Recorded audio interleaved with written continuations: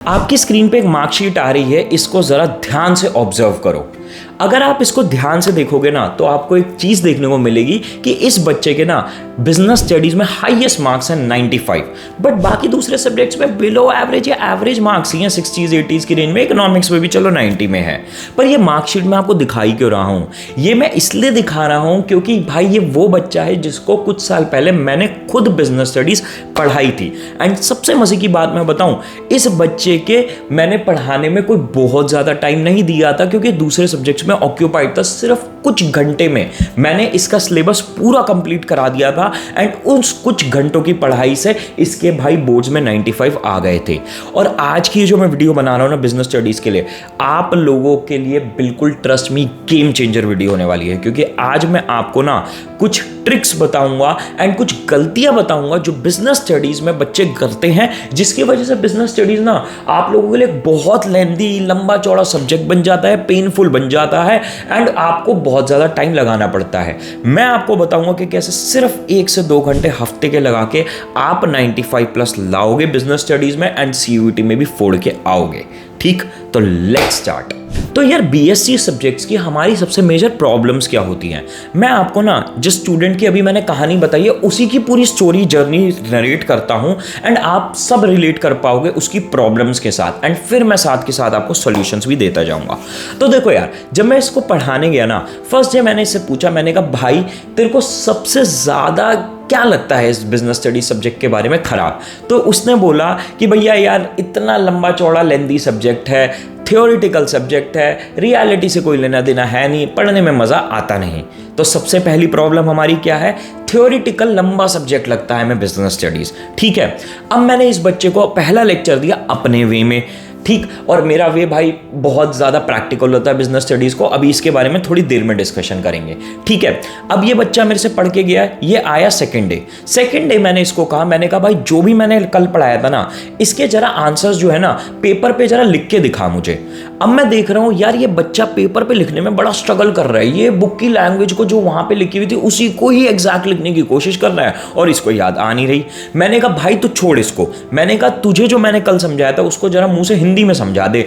भाई इसने बढ़िया तरीके से समझा दिया। तो यानी हमारी बिजनेस स्टडी की सेकंड प्रॉब्लम क्या है? हम बुक को एग्जैक्ट रटने की कोशिश करके पेपर में कॉपी पेस्ट करने की कोशिश करते हैं, जो कि हमारे लिए बहुत लेंदी और डिफिकल्ट प्रोसेस हो जाता है। ठीक, अब आ जाता है, मैंने भाई इसको इसका सोल्यूशन दे दिया इस प्रॉब्लम का भी।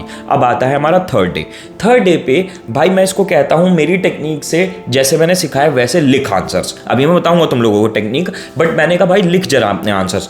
ये आंसर्स लिखता है, 7 पॉइंट्स होते हैं उस क्वेश्चन के आंसर के, 7 में से 4-5 पॉइंट लिख लेता है, आखिरी के 1-2 पॉइंट भूल जाता है। फिर कहता है यार भैया इतने सारे पॉइंट्स हैं, मैं भूल ही जाता हूं बिजनेस स्टडीज में, मैं क्या करूं? तो मैं इस प्रॉब्लम का भी सॉल्यूशन देता हूं, क्योंकि हमारी ये तीसरी प्रॉब्लम आती है बिजनेस स्टडीज में कि यार इतने सारे पॉइंटर्स होते हैं, इनको याद कैसे करें?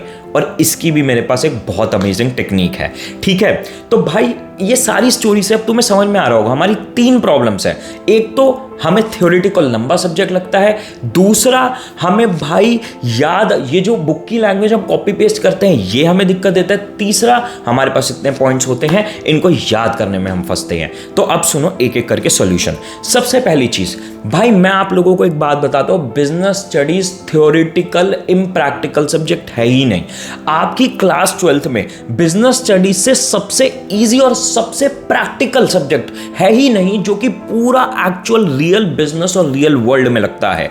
ठीक है, पर अब तुम्हारी प्रॉब्लम होगी कि यार भैया हमें तो कोई ऐसा पढ़ाने वाला है ही नहीं जो पूरा एक एक चीज कॉन्सेप्चुअली समझा दे, हमें बिल्कुल हमें मजा आ जाए पढ़ के। टेंशन मत लो, मैं तुम्हें हमारी बिल्कुल फ्री बिजनेस स्टडीज के सारे चैप्टर्स की, अभी मैंने हालांकि सिर्फ 2 चैप्टर्स कंप्लीट करे, उनकी मैं प्लेलिस्ट दे रहा हूं आपको, मैं गारंटी दे रहा हूं और यहां छाती ठोक के कह रहा हूं तुम्हें, तुम एक बार जाके चैप्टर 1 तुमने सबने पढ़ रखा होगा, जाके एक बारी मेरा पढ़ाया हुआ लेक्चर दे लो। मैं आपको ओवर कॉन्फिडेंस में नहीं कह रहा हूं, बट पूरे फुल कॉन्फिडेंस में कह रहा हूं, आपने ऐसी प्रैक्टिकल स्टडीज बीएसटी को लेकर कभी नहीं देखी होगी। लेक्चर मैं लंबे बनाता हूं, बट बिल्कुल real life real world examples के साथ बनाता हूं। मैंने तो अपनी कंपनी की पूरी सैलरी स्लिप्स दिखा दी थी इस लेक्चर को समझाने के लिए।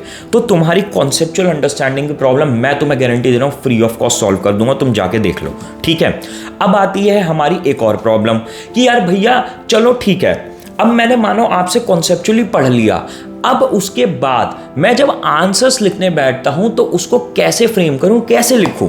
देखो यार, सबसे पहले ये समझना, बिजनेस स्टडीज में अगर तुम बुक की लैंग्वेज एग्जाम में कॉपी पेस्ट करने बैठ गए तो भाई तुम्हारा बिजनेस स्टडीज में फॉरएवर टाइम लग जाएगा। क्यों? क्योंकि यार इतनी बड़ी बुक को तुम रटोगे क्या, और रटोगे फिर वहां पे आंसर एग्जाम में लिख के आओगे, कुछ याद आएगा कुछ नहीं आएगा। रटने में तो तुम्हारा बहुत ज्यादा टाइम लग रहा है, और तुम्हें कहा किसने है यार बुक की पूरी लैंग्वेज को रटने को। तुम्हें कुछ नहीं रटना, तुम्हें क्या करना है, तुम्हें सिंपली भाई अपने कॉन्सेप्ट को समझना है जो मैंने लेक्चर्स में ही समझाया, और उसको अपनी लैंग्वेज में लिख के आना है अपने एग्जाम में। सिंपल एज दैट, ठीक है। पर इसमें सबसे ज़्यादा बच्चे कहाँ फंसते हैं, मेरे को जो पता है, जो मेरे स्टूडेंट्स के साथ भी होता था कि भैया आंसर पता है, दिमाग में आंसर है भी, ठीक है, बट अपनी लैंग्वेज में नहीं लिख पाते। ये प्रॉब्लम ना आपकी बिजनेस स्टडीज़ की नहीं है, ये आपकी इंग्लिश की प्रॉब्लम है। अब इसका सोल्यूशन क्या है, मैं अपने बच्चों से, ऑल्दो मैं बिजनेस स्टडीज़ का टीचर था, मैं तुम्हें ये कहानी रियलिटी बता रहा हूँ, मैं बीएसटी का टीचर होते हुए अपने बच्चों से पूरा एक रैंडम, मैं कहता था रैंडम किसी भी टॉपिक पे एक पेज का आर्टिकल लिख के आओ इंग्लिश का, और जब वो लिख के आते थे अगले दिन मैं उनका आर्टिकल चेक करता था। और जब उन्होंने 15 दिन ये चीज प्रैक्टिस करी कि भैया हम किसी भी रैंडम आर्टिकल पे एक पेज लिख के आएंगे, उनकी इंग्लिश अपने आप इंप्रूव हो गई। उनके जो थॉट्स थे, जो भी उनके दिमाग में आंसर है, उसको उन्हें पेपर पे लिखना आ गया। एंड याद रखना, ये चीज तुम्हें सारे सब्जेक्ट्स में हेल्प करेगी तुम्हारे क्लास 12 में, अगर तुमने ये चीज सीख ली, चाहे वो इकोनॉमिक्स हो, चाहे वो बिजनेस स्टडीज हो, चाहे वो इंग्लिश हो। तुम्हारी रटने की किसी भी चीज को नीड खत्म हो जाएगी। तुम्हें बस कॉन्सेप्चुअली चीजों को समझना है, रटना भी नहीं है, याद भी नहीं करना, समझना है, और अपनी भाषा में तुम आंसर लिख के आ सकते हो। तो समझ रहे हो, जो हमारी सेकंड प्रॉब्लम थी कि हम बुक की लैंग्वेज को कॉपी पेस्ट करें, वो हमारी, अगर आप ये आर्टिकल लिखने की एक्टिविटी करोगे, इससे खत्म हो जाएगी। बट थर्ड हमारी प्रॉब्लम जो आती है, और बच्चे कहीं ना कहीं अक्सर क्वेश्चन भी पूछते हैं कि भैया क्या सब कुछ समझ के अपनी भाषा में लिख के आना है या कुछ रटना भी है।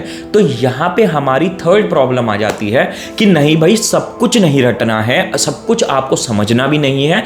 आपको क्या करना है, आपको जो हेडिंग्स है ना, सिर्फ हेडिंग्स को वर्ड टू वर्ड रटना है, और उस सारे हेडिंग के अंदर जितना भी पैराग्राफ का एक्सप्लेनेशन है, उसके आपको कीवर्ड्स याद करने हैं। कीवर्ड्स क्या होते हैं भाई, कोई ऐसा फैंसी सा वर्ड, एक अलग सा वर्ड जो कि सिर्फ उस कॉन्सेप्ट रिलेटेड है, उसको हम कीवर्ड कहते हैं। तो आपको सिर्फ हेडिंग रटनी है और कीवर्ड रटना है, ठीक है। अब यहां पे आती है हमारी थर्ड प्रॉब्लम कि भैया अगर 7-7, 8-8 पॉइंटर्स होते किसी कॉन्सेप्ट के अंदर, ठीक, अब अगर हम उसको याद करने बैठ जाते हैं तो नहीं होती 7-8 पॉइंटर्स याद। तो अब देखो इसका सिंपल सा सॉल्यूशन, भाई आपकी प्रॉब्लम ये है, आप कुछ भी ना स्टोरी की तरह याद नहीं कर रहे, आप सब कुछ अंधाधुन रटने में लगे हुए हो, चाहे वो हेडिंग्स भी हो गई। हेडिंग्स को आपको वर्ड टू वर्ड याद करना है, रटना है, उसके लिए नहीं मना कर रहा, पर सारे पॉइंटर्स को आपको एक स्टोरी की तरह समझ के आपस में कनेक्ट करके पढ़ो। अब इसका मतलब क्या है, मैं एग्जांपल देता हूं यार। देखो प्लानिंग प्रोसेस है, उसमें 7 पॉइंट्स होते हैं भाई। एक बार कॉमन सेंस से सोचो, सातों के सातों पॉइंट्स कितने कनेक्टेड हैं और कितनी स्टोरी की तरह चलते हैं। मैं एग्जांपल की तरह पूरा एक्सप्लेन करता हूं। सबसे पहला हमारा क्या है प्लानिंग प्रोसेस में, सबसे पहला स्टेप क्या है, सेटिंग गोल्स। भाई कॉमन सेंस से सोचो, अगर मानो मैं अपने करियर की प्लानिंग कर रहा हूं, मेरे को अपने करियर में डिसाइड करना है कि मेरे को क्या करना है 12वीं का, तो सबसे पहला मैं क्या करूंगा, मैं अपना गोल ही तो सेट करूंगा कि मुझे लाइफ में क्या बनना है, क्या करना है, कितना कमाना है, किस सेक्टर में काम करना है, ठीक है। तो सेटिंग मैं गोल करूंगा। सेकंड मैं क्या करूंगा, डेवलपिंग प्लानिंग प्रेमिसेस। अब इस पॉइंट का मतलब क्या है, इस पॉइंट का सिंपल मतलब यह है कि भाई मैं ये देखूंगा कि मार्केट में फ्यूचर चेंजेस क्या क्या हो सकते हैं, और उन चेंजेस के अकॉर्डिंग अपना प्लान बनाऊंगा, ठीक है भाई। अब जैसे एआई बहुत टेक ओवर कर रहा है, तो मैं करियर प्लानिंग में अपना एआई को इंक्लूड करूंगा, ठीक है। तो पहला सेटिंग गोल, सेकंड डेवलपिंग प्लानिंग प्रेमिसेस। अब 3 पॉइंट्स देखो, थर्ड, फोर्थ, फिफ्थ, कितने ज्यादा इजी और कितने इंटर रिलेटेड है। मतलब एक याद हो गए तो बाकी तो बच्चे भी अपने आप हो जाएंगे। पहला क्या है, थर्ड हमारा पॉइंट क्या है, identifying alternative course of action. Fifth है हमारा, और सॉरी फोर्थ है हमारा evaluating alternative course of action. Fifth है हमारा क्या कहते हैं, deciding selecting the best alternative course of action, ठीक है। तो भाई कितना इजी और स्टोरी की तरह है। भाई सबसे पहले आप अपने गोल आपने सेट कर लिया, आपने देख लिया फ्यूचर में क्या क्या चेंजेस होने हैं।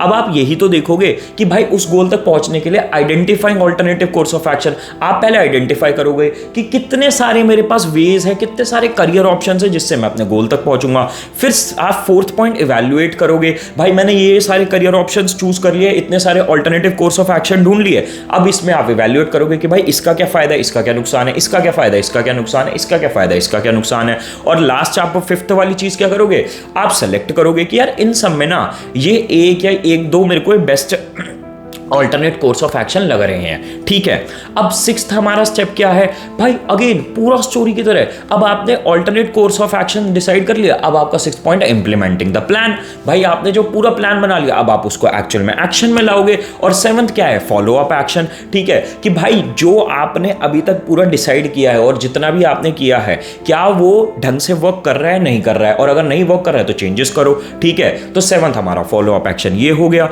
तो समझ रहे हो कितना सिंपल स्टोरी में जा रहा हो, 3 पॉइंट्स तो बीच के थर्ड फोर्थ और फिफ्थ तो कितने सिंपल इंटर रिलेटेड है। ठीक है, तो भाई चीजों को रटो मत, पूरी स्टोरी की तरह एक प्रैक्टिकल एग्जांपल समझ के चीजों को देखो। ठीक है, उसकी हेल्प करने के लिए भी मैं भी हूं, बट आपको भी अपनी तरफ से चीजें नहीं रटनी, स्टोरी की तरह समझना है। एंड इसमें मैं एक पॉइंट और इंपॉर्टेंट बता देता हूं, अगर आपको जो भी आप याद कर रहे हो उसमें किसी इंग्लिश वर्ड का मतलब नहीं पता तो डिक्शनरी में जाके उसका मतलब समझो। कहने का मतलब क्या है, हमारा फोर्थ पॉइंट है evaluating alternative course of action.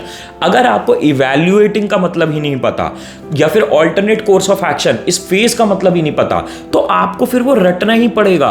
पर अगर आपने इसका एक बार इंग्लिश में मतलब देख लिया हिंदी में कि यार इसका मतलब ये है, फिर आपके लिए चीजें अपने आप आसान हो जाएंगी। इवैल्यूएटिंग का मतलब क्या हुआ कि भाई नापना तोलना, और ऑल्टरनेट कोर्स ऑफ एक्शन का क्या मतलब हुआ कि भाई अलग अलग वेस जो हो गए हमारे किसी चीज को करने के। तो भाई ऐसे ना आपको इंग्लिश को भी हिंदी में समझना है और आपको सारी चीज़ों को स्टोरी की तरह याद करना है। तो इस तरीके से चलोगे ना, मैं आपको गारंटी दे रहा हूँ, आपको सिर्फ कुछ घंटे लगाने हफ्ते के बिजनेस स्टडीज़ में एंड आप टॉप करोगे। ठीक है, कोई भी डाउट है नीचे कमेंट सेक्शन में जाके पूछो। हमारा टेलीग्राम ग्रुप भी है, उसमें मैं अवेलेबल रहता हूँ। हमारी डेली क्विज होती है जिसके कैश प्राइजेस होते हैं, मीम कॉम्पिटिशन होता है जिसके कैश प्राइजेस होते हैं। ठीक है, उसको जाके ज्वाइन करो एंड प्लेलिस्ट का नीचे आपको कमेंट में लिंक मिल जाएगा जिसमें मैंने सब कुछ कॉन्सेप्चुअली पढ़ाया और मैं आगे पढ़ाऊंगा भी। ठीक है, तो best of luck guys and bye.